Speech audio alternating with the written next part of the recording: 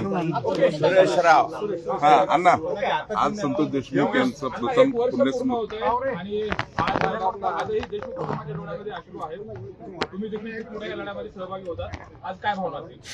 हे पहा, 1 वर्षापूर्वी अतिशय क्रूर आणि ही भयानक घटना त्या ठिकाणी घडली. त्या स्टेजवरून मला बोलता येत नव्हतं. त्या काही बाबी त्या इकडे मला या ठिकाणी बोलायच्या आहेत. गेल्या वर्षभरामध्ये ज्यांनी कारण हा गुन्हा दाखल होत असताना मी नव्हतो. मी 9ला घटना घडली होती, 12ला आलो होतो. अगोदर इथे मनोज दादा होते गुन्हा दाखल करायच्या वेळेस. आणि सभागृहामध्ये ज्या 4च्या 4 मागण्या मी मागणी केली होती, मला वाटतं 16 डिसेंबरला त्या ठिकाणी मी बोललेलो होतो. आणि ज्या 4 मागण्या मी मागितल्या होत्या त्या 4च्या 4 मागण्या राज्याच्या मुख्यमंत्र्यांनी त्या ठिकाणी मंजूर केल्या.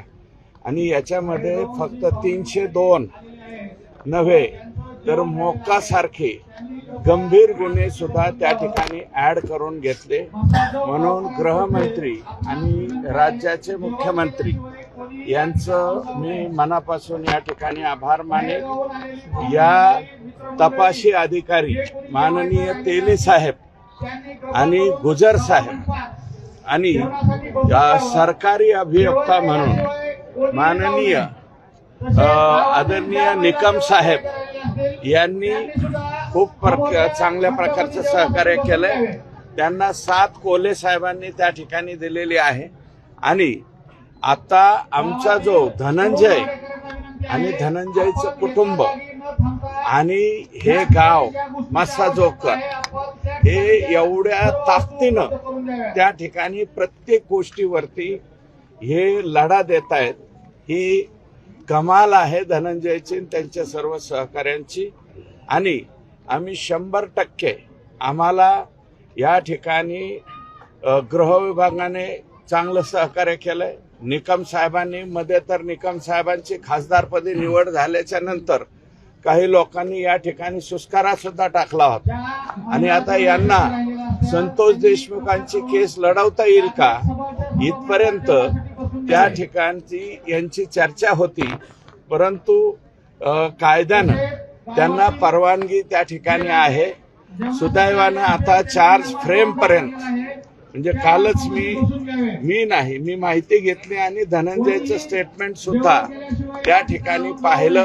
अजूनही एक आरोपी जो फरार आहे तो पकडला जावा. आणि हे जे सगळे लोक आहेत आतमधले हे सगळेच्या सगळे त्याच्यामध्ये गुन्हेगार आहेत, एक ते शेवटपर्यंत. आणि याच्यामध्ये 3 कलम लागल्याच्या मुळं आणि अतिशय योग्य तपास झाल्यामुळं या लोकांची सुटकाही होणार नाही, यांना माफीनामाही मिळणार नाही. आणि हे लोक लवकरात लवकर फाशी कसे जातील यासाठी आम्ही प्रामाणिक प्रयत्न त्या ठिकाणी धनंजयच्या माध्यमातून करत राहू. अण्णा, तुम्ही सांगितलं की सरकारचे तुम्ही आभार मानले, मात्र 1 वर्ष पूर्ण झालेलं आहे, आणखी चार्जशीट फ्रेम नाही, एक आरोपी अटक नाही. असं असताना आता म्हणून दादांनी सांगितलं की सरकार फसवतं आहे. देशमुख कुटुंबियांची पण तशीच भावना आहे. नाही, चार्ज फ्रेम करणं हे सर्वस्वी माननीय कोर्टाच्या हातामध्ये असतं. चार्ज फ्रेम करणं आणि दुसरं चार्जशीट हा शब्द, चार्ज आणि चार्जशीट याच्यामधला फरक आहे. हा क्रूरतेचा कळ झालेला जो घटना आहे या घटनेची चार्जशीट जी आहे 90 दिवसाच्या आत दाखल केलेली आहे सरकारने. त्याच्यामुळं सरकारचं या बाबतीत आणि गृहमंत्र्यांचं राज्याच्या मुख्यमंत्र्यांचं पूर्ण सहकार्य मलाही आहे आणि देशमुख कुटुंबियांना आहे पूर्णपणे. आता इथून पुढे जी लढाई आहे ते 100 वकिलांची फौज आणतायत. किती धनंजय?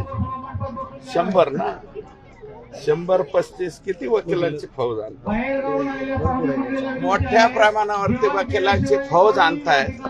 परंतु 2-2 तास जरी समोरच्या बाजूच्यांचे लोक म्हणजे वकील बोलले तर 20 ते 22 मिनिटाचं माननीय निकम साहेब बोललं की ते सगळं या ठिकाणी संपतं. दादा एकच प्रश्न असा आहे अण्णा की स्वतः मनोज दादा सांगतायत की सरकार फसवतं आहे, तपास व्यवस्थित झालेला नाही, ते असमाधानी आहे सरकारवर आणि तुम्ही सरकारचं स्वागत करताय. हे बघा, मी त्याबद्दल दादा काय म्हणाले याच्याबद्दल मी उत्तर देणं उचित होणार नाही, परंतु याच्यामधला जे आहे तो तपास 90 दिवसामध्ये दादांची मागणी वेगळी आहे. ती त्यांनी स्टेजवरती झाकून लपून ठेवलेली नाही, त्यांनी मागणी केलेली आहे. आता इतका क्रूरतेचा कळस केलेली घटना, अतिशय चुकीच्या पद्धतीने वागलेले लोक, ज्यांच्या आदेशावरती हा संपूर्णपणे खून झालेला आहे, जे आम्हाला आडवे येतात त्यांना आडवं करा,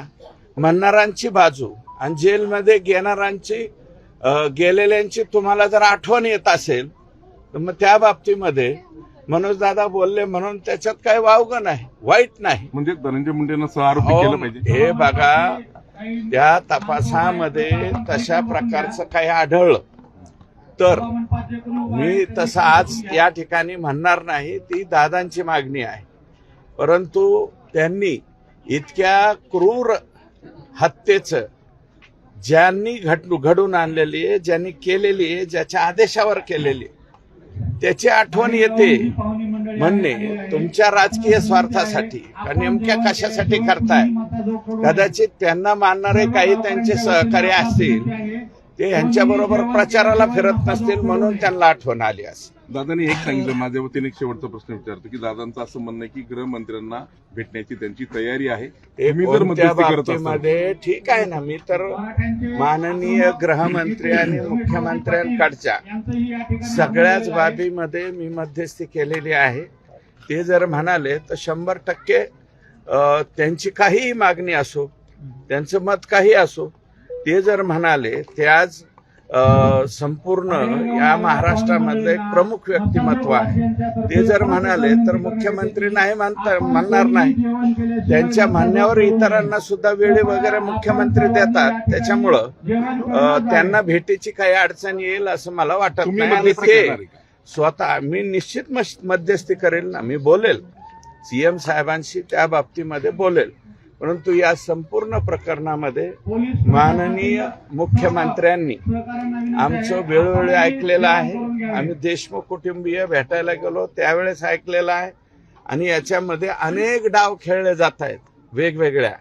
याच्यामधले जे प्रत्यक्षदर्शी आहेत, जे साक्षीदार आहेत, त्यांच्यावरती दबाव आणणं, त्यांच्या बाबतीमध्ये वेगवेगळ्या कृत्या लढवणं आणि त्या बाबतीत सुद्धा मुख्यमंत्री महोदय आम्हाला सहकार्य करतात. आज 1 वर्ष झाले प्रकरणाला, एक मिनिट वर्ष झाले हे की कृष्ण आंधळे अद्यापर्यंत अटक नाही, पोलीस कसं तपास करतात. हे बघा, तो कृष्णा आंधळे जो आहे तो यापूर्वीच्या सुद्धा काही प्रकरणामध्ये, म्हणजे ह्या केज मधल्या आणि इतर बाबतीमध्ये सुद्धा एक तो जो आरोपी आहे तो सापडलेला नाही.